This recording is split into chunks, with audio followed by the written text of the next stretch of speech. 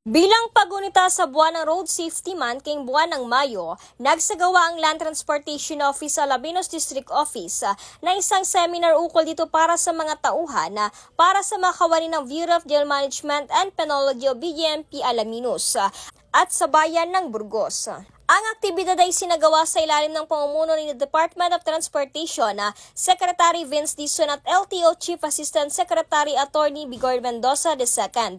Alinsunod na rin sa madirektiba ng Land Transportation Office o LTO Region 1, Regional Director Glorioso Daniel Martinez at Assistant Regional Director Engineer Eric Suriben. Ang layunin ng seminar ay palakasin ang kamalayan at itaguyod ang mahigpit na pagsunod sa mga regulasyon sa kaligtasan sa kalsada sa pamagitan ng pagbibigay ng pinakabagong kaalaman sa mga batas trapiko, responsableng pagmamaneho at pag-iwas sa mga aksidente. Kaugnay din ito, ibinahagi na mas malawak na kampanya upang malinang ang isang kultura ng kaligtasan sa kalsada at pananagutan sa iba't ibang sektor ng komunidad.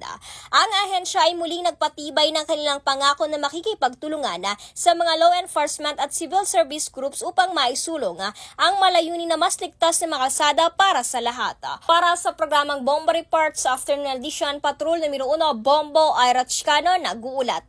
Para sa number 1 and most trusted radio network in the country, Bombo Radio Philippines. Basta Radio, Bombo!